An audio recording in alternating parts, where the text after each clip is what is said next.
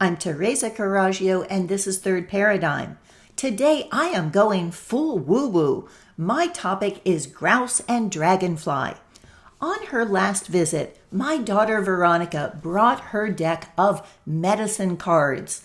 And these are ones that showed up in my house many years ago. I'm not even sure how. Maybe when my youngest was doing her own tarot deck. But in any case, since my daughter Veronica has adopted them, they've become her favorite divination tool. So let me read you a little bit. Written by David Carson and Jamie Sams, they draw on the teachings of the Choctaw, Lakota, Seneca, Aztec, Yaqui, Cheyenne, Cherokee, Iroquois, and Mayan traditions. And the authors seem genuinely native, but to be honest, I don't care about that.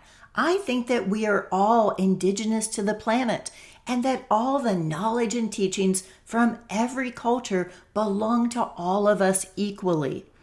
So I'm going to be looking at some of these and their vision, which is something that ties into some other synchronicities because we're on a miracle kick. A dancing stone gathers no moss. When my daughter was here and I asked the cards my question, it was a very mundane one. State Farm has canceled my homeowner's policy starting when it renews in December for a scant cupful of moss that is on the edges of a building that is not even covered. They are on a rampage of canceling policies here in California, and I think it's because they know what's coming down.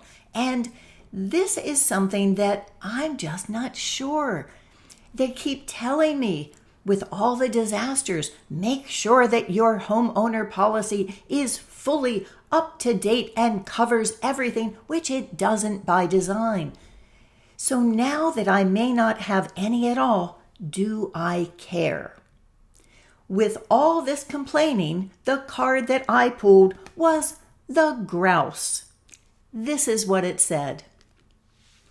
Many Plains Indians tribes dance the grouse dance to honor these birds. The movement of the dance follows a spiral, which is the ancient symbol of birth and rebirth, the rib tunnel of eternal return. This sacred spiral is also one of the oldest known symbols for personal power. When you think of grouse medicine, visualize a whirlpool or even a tornado. For this sacred spiral will take you to the center. The spiral is a metaphor for personal vision and enlightenment. The whirling dervishes of certain Sufi orders are masters of the spiral dance. It is said that dervishes can travel to the center of the spiral and return with any magical power they choose. In the dervish state, one enters the great silence and has direct communication with the Creator. Many spiritual disciplines ask that you seize all external movement in order to recognize the inner life. Grouse medicine, however, is an invitation to the dance and how to offer the dance as a creation of selfless beauty. So on the one hand, we have directed hurricanes. On the other, sacred spirals. It never occurred to me that tornadoes swirl everything at high velocity into a still center. The eye of the maelstrom. I don't know if it answered my specific question, but it certainly ended my grousing and maybe started my grouse dance. Praying Dragon. Mary Poindexter McLaughlin of The Art of Freedom wrote Change Starts From Within. Duh, subtitled I Hear You Dragonfly. It was written before Hurricane Helene devastated many homes around her and before she evacuated for Hurricane Milton. The dragonfly was the harbinger of change coming, accompanied by a photo of a dragonfly landing on her laptop. And so for Mary, I record the dragonfly card. Dragonfly is illusion.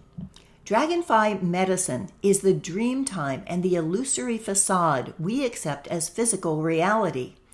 The iridescence of dragonfly's wings reminds us of colors not found in our everyday experience.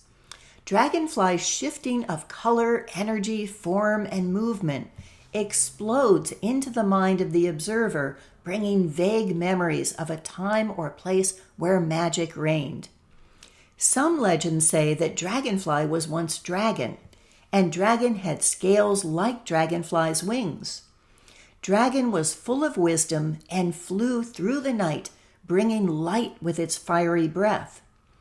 The breath of dragon brought forth the art of magic and the illusion of changing form. Then dragon got caught in its own facade.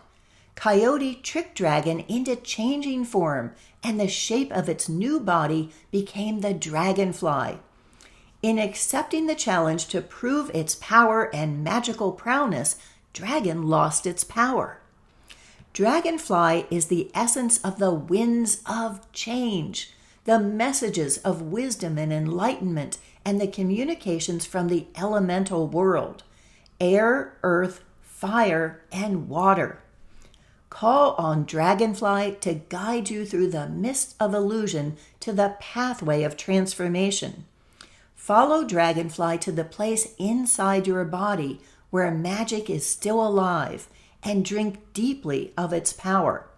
This strength belongs to you. It is the power of becoming the illusion. This ability is ever-changing and contains within it the knowledge that you are creating it all. Crucible, chrysalis, catalyst. A crucible is a vessel that can withstand high heat and hold the alchemy of transformation. You are the crucible, keeping the fire out, keeping in the meltdown, holding together the elements, swirling a new concoction. Inside the blue-green chrysalis, etched with gold, the caterpillar turns to mush. The chrysalis is a crucible, keeping out the sunlight, keeping in the meltdown, holding together the elements, swirling a new concoction. In Santa Cruz, the catalyst is a dance venue. The catalyst is movement, interaction, entering action, agitating the space, not just holding it. It's leaving the still center and joining the world, bringing your peace with you. And by the way, I've pulled my 7 spirit animals from the deck since, and the one from below keeping me grounded is the buffalo. White buffalo calf woman brought the peace pipe as a means of prayer. The bowl holds tobacco, which is an herb with male and female medicine, where the connection to Great Spirit is made. The stem is the male entering the female and seeding life. Tonic masculinity serving the feminine and leading to abundance. Or as my Grow Food Party crew says, all buns dance. And Mark Alexander, who shares my love of these creatures, will be pleased to hear my final animal for the medicine within was the weasel, known for stealth and powers of observation, seen beneath the surface of a situation. And I think that's a medicine he and I both share. Hard-won lessons in joy. One of the Substacks that I found most enlightening, meaning bringing lightness and joy, is Gary Sharpe's On His Journey with Parkinson's. His blog is about trauma healing, symptom reduction, chronic disease, human condition, human nature, social commentary, cultural issues, lessons learned in the crucible of a chronic illness. The latter was the subtitle of a recent post called A Few Things That Parkinson's Diagnosis Taught Me. This was a series of colorful notes that Gary had posted over time. The first one read, Chronic disease, a chrysalis stage, a caterpillar life no more, Betterment is found in the stillness. The butterfly life awaits.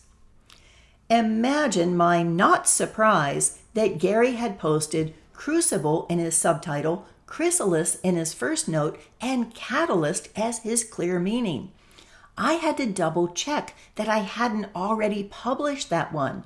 But no, it is the weasel mind at work, bringing us both the message from Great Spirit. Here are some of the others that I'm bringing into my practice. Morning orientation. Step outside. Look far. Face to sun. Feel breeze direction and temperature. Listen to all the subtle sounds.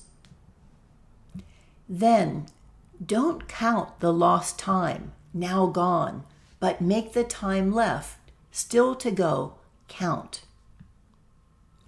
Let's make very small, just 2 letters, change to our self-talk and alter everything from I have to I live to. Let's stop wishing our old life back, the one that made us ill, but begin to take our new life forward, one that makes us well. We can't save anyone who doesn't want to be saved.